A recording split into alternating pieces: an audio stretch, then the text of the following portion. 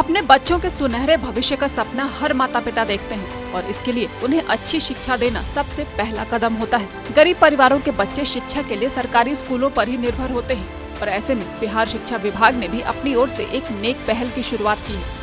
सूबे के ज्यादातर सरकारी स्कूलों में अब पीयर लर्निंग और गतिविधियों के जरिए बच्चों को पढ़ाया जा रहा है और बदहाल शिक्षा व्यवस्था की सूरत को बदलने की बेहतरीन कोशिश की जा रही है। ये आकृति किसकी है? अच्छा, इसमें कोने कितने हैं? इसमें कोने कितने हैं? अच्छा, आयत की आकृति आपको इस क्लास में और क्या क्या दिखती है? एक आदमी बोलेगा, एक बच्चा बोलेगा। खिड़की और बोर्ड और ऊपर में जो भारतीय संविधान का प्रस्तावना लिखा हुआ है, अच्छा वो भी है। बाएं ताली, ऊपर ताली, नीचे ताली, ऊपर ताली, नीचे ताली। कहीं वीर कहीं पे घंटे, कमरों की खाकर दौड़ लगाती।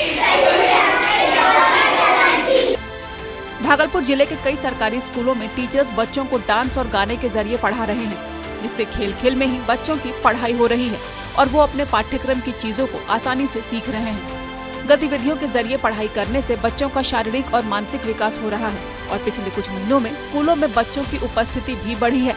भागलपुर के शहरी क्षेत्र में मौजूद राजकीय मध्य विद्यालय सरो साहून में बच्चे मस्ती के साथ पढ़ाई करते दिखे। बच्चे, शिक्षक और शिक्षा, इस तीनों के बीच का तालमेल और बदहाल शिक्षा व्यवस्था की सूरत को बदलने के लिए अब शिक्षा विभाग की ओर से नए नए पहल किए जा रहे हैं और इसको लेकर अब शिक्षक और बच्चों के बीच में किस तरह का समन्वय है, इसका उदाहरण आप देख सकते हैं। भागलपुर के शहरी क्षेत्र में हूँ और राजकीय मध्य विद्यालय सारो साहून में मौजूद है और इस वक्त ये तस्वीर आप देखिए किस तरह से यहाँ की जो शिक्षिका है वो बच्चों को किस तरह से एक्टिविटी के माध्यम से, डांस के माध्यम से कविता को बता रही है और इस तरह से जब बच्चे सीखते हैं तो वो लंबे समय तक इसे याद रख पाते हैं और इस वजह से, इस तरह की एक्टिविटी के वजह से बच्चों का शारीरिक और मानसिक विकास दोनों हो पाता है। ये उदाहरण देखिए आप, पीछे जो है वो प्रधानाध्यापक हैं जो पीछे से गाइड कर रहे हैं और आपको कैमरे स्क्रीन पर देख सकते हैं किस तरह से शिक्षिका है जो शिक्षिका बच्चों को पढ़ा रही है और ये कक्षा 1, 2 और 3 के जो नौनिहाल है वो किस तरह से सीख रहे हैं। और अगर इस तरह से बच्चों को पढ़ाया जाए, इस तरह से एक्टिविटी के माध्यम से बच्चों को पढ़ाया जाए तो ये जरूर हम कह सकते हैं कि बच्चों की संख्या जो है वो रोजाना स्कूलों में बढ़ेगी।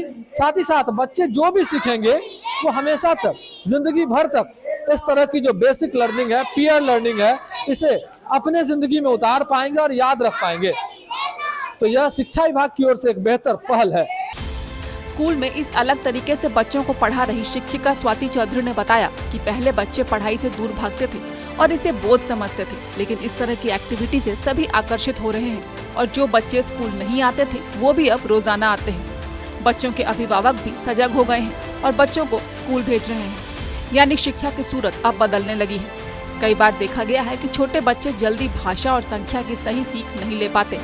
ऐसे में इन गतिविधियों के जरिए बच्चों में बेहतर शिक्षा का संचार हो रहा है और वो सही तरीके से मन लगाकर पढ़ाई कर रहे हैं। भागलपुर से शिवम की रिपोर्ट।